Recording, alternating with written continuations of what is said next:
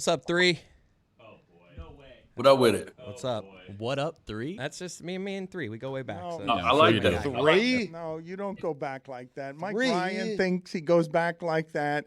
He goes back like that with very few. Weirdly, and this is impossible to remember, when he first came into the league, Dwyane Wade wasted his time doing a show with us every couple of weeks. And now look at him. Now look at him. Hall of Famer, Well, man. but wait a minute. Not just a Hall of Famer like this. Obviously, cool, excellent, wonderful. But a real leader of men in America about how to love and how to live. Like, what an adult this human being has become, better at adulthood than at basketball somehow. So it really is an honor. Dwyane, I don't know what people say to compliment you the most, but it has really been an honor to watch you grow up and become a leader in America in every way. Man, Dan, don't make me cry on here. The Hall of Fame ain't even happened yet. You can't make me cry yet. Man, I appreciate it. Growing up in front of you guys' eyes, I'm sure I've made a lot of mistakes, but hopefully I've done more good than bad.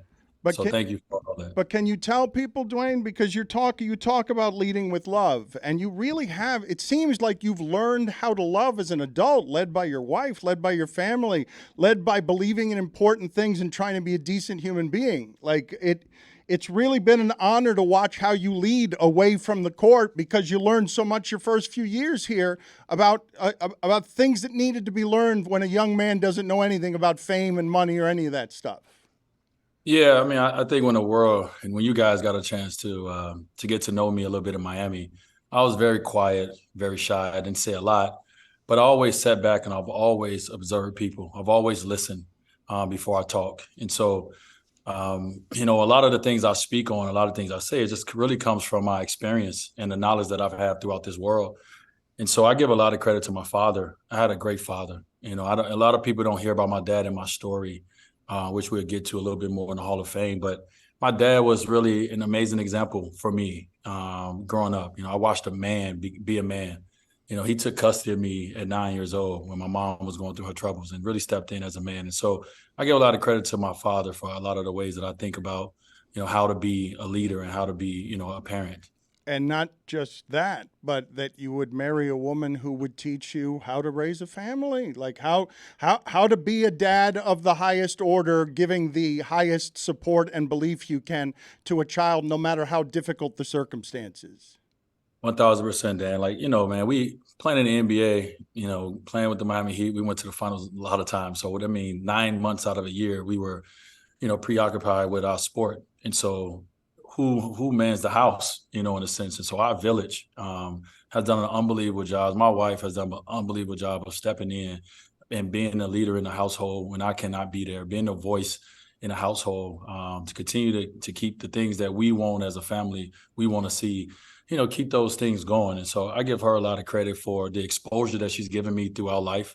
My relationship has taken me all over the world, has put me in rooms and have conversations with people I never thought I would. And I've been exposed to things that a lot of people have not. And so I'm thankful for these experiences that I've had with her, and I give her a lot of credit for sure. What have you learned from her, and what did loving you and has loving you taught you about love? Well, first, I've learned that I'm imperfect. But what I've learned from her in so many different areas, even before I got on this call, she was just educating me on something in golf that, we're thinking about doing. And she don't even know nothing about golf, but she's been up all night researching this opportunity for me. So just, I learned that, what I've always seen growing up is, when you have someone show up for you, when you have someone to put themselves, not before you, but, will allow you to go forward and support you in all the ways. I mean, the confidence that you have, man, to blossom and to bloom is second to none. And so I'm just thankful to be able to have a wife that, cares enough to want to see me grow. A lot of people don't want to see you grow. They want to see you stay the same, but she actually want to see me grow. So I appreciate that. What do you need on the golf front? And do you want to play 9 holes tomorrow? Oh, for the I love of need God. help. I need a golf god. You got a golf god that I can get me right? I got you 3. Here we I go. got you. Here we Yep. go. You're I going to got you. caddy for him. You're Yep. going to be a part of the Hall of Fame festivities. You're going to weasel your way into his life. And Doing golf at the Hall of Fame too, man. You know, so swing away. I'm going out there to swing away, man. Have a little fun. All right. Can I come with you? What do you think? I mean, really? Can we not do this? No, Can we not you do can't. this? You can't come with me, bro. My dad will be with me. Dwyane, what is most likely to make you emotional during the speaking parts of your Hall of Fame speech as you try to prepare for, the next chapter of your life, Dwyane, because you're not done living. It's just the basketball part that kind of, goes away here. But now you make it, you're going to turn it into ownership. You're going to turn it into like real power. You're going to take what you and LeBron built and learned in Miami and use it for yourselves in business. Like the next half of your life is going to be more interesting than the first half. I hope so. From your words to the man upstairs' ears. I think, man, just you guys know me. I've been very consistent with my messaging, and it doesn't change now. What's going to make me emotional is just seeing everybody that I love and that's been a part of this journey at different stages throughout my life, looking in their eyes, looking in their faces, seeing their emotions, seeing their tears. I already know I'm already having an out-of-body experience. A lot of people are like, "Are you excited? How do you feel?" I feel out of body. I feel numb. This is not something that my dad and I was on a call yesterday. And my dad was like, I've always dreamed of my son going to the NBA, but I never dreamed of greatness. This is not something that, was something that we looked at as attainable. Hopefully we made it to the NBA, but to be great, to have greatness, a part of your family is something that, even my dad is shaking his head about. So, man, this moment for us, we're just trying to take it in. We're trying to enjoy it. This does not happen every day to a kid like myself. Growing up in the community I did. So this is for all of us. you were talking earlier about what you've learned. I've learned that Paul Pierce is a jackass. And I'm wondering, have you ever wanted to just tell Paul to shut the f up? Very subtle. Very subtle. Well, listen, rent is expensive in America, and I'm living rent-free right now. So let them keep going. I like living rent-free. But it is. No, Dwyane, but the part that is funny, you don't have to say it for anybody, but the idea that while you were playing that you would figure out, okay, I lost to Boston's big three and I just had 50 points a game and I can't get past them. This is never going to happen to me again. Paul, I'm going to build a better version of that, and I'm going to win with that, and I'm going to decimate the end of your career and run the Celtics and run the Celtics off the road. And part of it we're going to do with Ray as well. And how great is that going to be? That's forever. Paul will know that forever that while he was at the Vegas spa celebrating his one championship, you came for all of it and took it. This is why I love you guys. This is why I love the media, this part right here. It's documented. I don't need to say anything. Everything is documented. So I'll let you guys go ahead and talk about all that stuff. It sounds better coming from y'all than me. I'm done playing a game of basketball. I'm not comparing myself to someone who's not playing the game or who's playing the game. That's not my challenge anymore. But I like how you said that, Dan. I did do that. I did make sure that at the Boston. Hey, listen, it was when I came up the court, it was 4 dudes just looking at me in that series like, what you gonna do? I just had to shoot.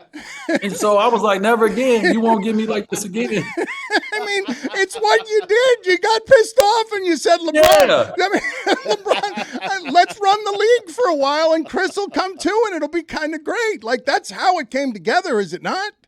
Everyone acts like we are the ones who did this. Like maybe we're the ones as players who decided to, come together. But organizations was trying to figure this out, right?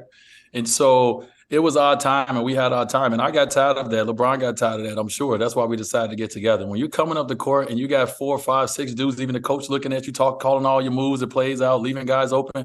You don't want to do that as a great player. And so I went and got my Avengers. And I came into the league with my Avengers, and everybody mad that I was able to play with different guys, just because I was able to play with Shaq and then able to play with LeBron. I always talk about that, man. It's it's not easy to play with guys, especially different styles, from a guy from playing in the post to a guy with the ball in the perimeter. I got to learn how to play with all those guys, and I did. And so I'm happy with my career, and I don't know who's not happy with theirs, but I'm sorry if you're not, but I'm happy with the way mine went. But, Dwyane, the historical context and the link to Miami and just the human parts of this, obviously you're an icon locally. A generation of kids in South Florida only learned about winning because Dwyane Wade taught them 20 years. I say this as no disrespect to the Miami Heat, an organization that is stable and strong. You were undervalued while here, playing under a salary cap, and I understand how at the end that hurt you as a human being, even though you couldn't say so because you wanted to keep it all together for, you love this fan base and you're grateful for this fan base, but you could have made so much money with the economy of what you guys built before you realized that you could actually run the entire league. Yeah. We could have, and I could have. And so I don't, that's got to be water on the bridge for me. I have to move on. I have to learn from and I have to be better in this next phase of my life from the things I learned and the things I learned later, in my career. So I wish, people say, do you have any regrets? And people will lie to you if they say they don't have any regrets in life. I think we all have moments that we wish we can get back. I wish I can get back that summer of 2016, not to come back, but to have different conversations. That we probably will all have a different conversation at that time, but we didn't, and everything went the way it went. Congratulations and good luck to, and everybody should be thankful for that because Jimmy Butler is in Miami. But outside of that, it went how it went, and it's unfortunate, but I like my relationship with the organization right now. I like the fact that I get to just show up and be me, and there's nothing expected of me from neither side, nothing expected from them. And I get to get back in my car and I get to go back to my life. And so I like it that way. And, and it will progress and grow the way it need to. My love for Miami, and my fan base is forever. What we did and what we created is something that would be a part of that, the culture forever. I hope that they win more rings. I hope that someone come and take my scoring title down. I hope a lot of things happen. But, what we did would be forever because we were the first to do it. The next step in your evolution, Dwyane, I don't know as you go into the Hall of Fame, what is the single thing in your life, all of your life, that you are proudest of. But finding yourself right now as an American icon, getting rocks and garbage thrown at him for supporting your daughter.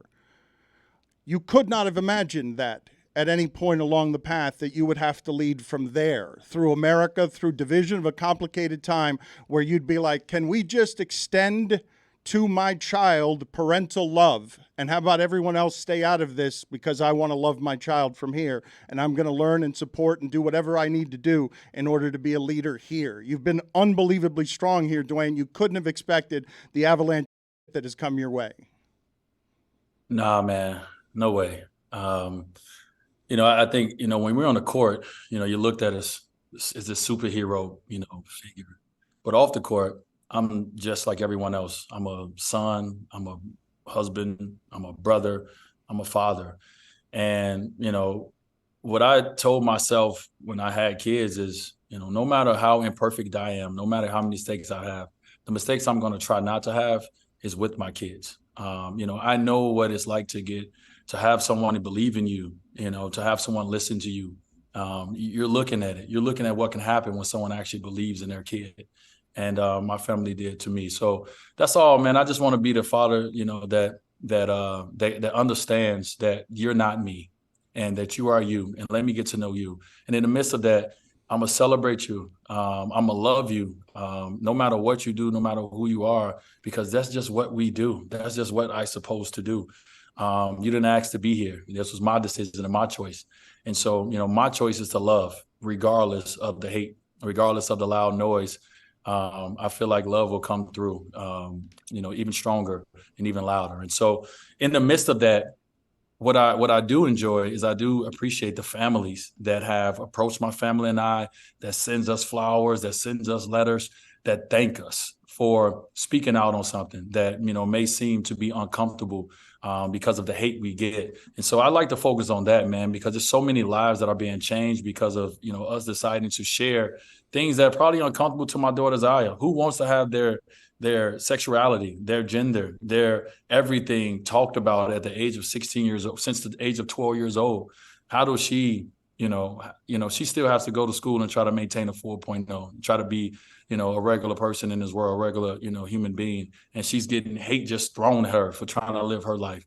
And so, we talk about it as a family. We live it as a family. I never thought this would be it, but this is it. And so we're going to continue to keep loving. We're going to continue to keep being who we are. We're going to continue to keep moving through the world and showing that, love wins at the end of the day.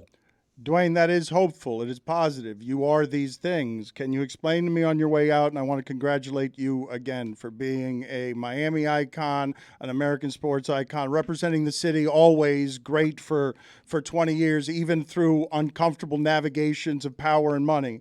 But can you explain to me, as someone who's been preparing for this moment in some ways for, 20 years, Trayvon Martin, when you say, I'm going to head into this fight believing in some things in America, and you spend the next 10 years dedicating yourself to these causes, can you explain to me why 2023, your position of I'm going to choose to love is controversial?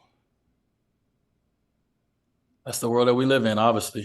And I can't wreck my brain trying to understand everyone's ideals. What I do understand is that, we're not all made up to be exactly the same.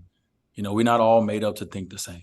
And so I like to speak to the individuals who think like me, who will be faced with similar things that I've been faced with. Listen, man, my family and I, we lead in a lot of different ways. We talked about surrogacy. We talked about, another way to have your family. We looking at Kavya James. Everybody's loving Kavya, but no one understood our process to even get her into this world and what we had to go through. But we shared it. We sat down with Oprah and we talked about these things. God has put us in this place. And so I'm not going to run from my seat. It may get hot sometime, but you know what? Just to see that, everything's been written for me, and it's the seat that I'm put in. And so I can't overthink it, Dan. Things happen that is out of our control. And so I'm a firm believer in control what you can control. And that's all I try to do. It's been an honor to watch you work everywhere, honestly, Dwyane. I hope you are being showered with the kind of love you deserve for growing as a man and a basketball player to really lead the league. Thanks for checking in with us. Let's do it a little longer next time, because I want to talk to you about some of the great things that you're about to do with your life.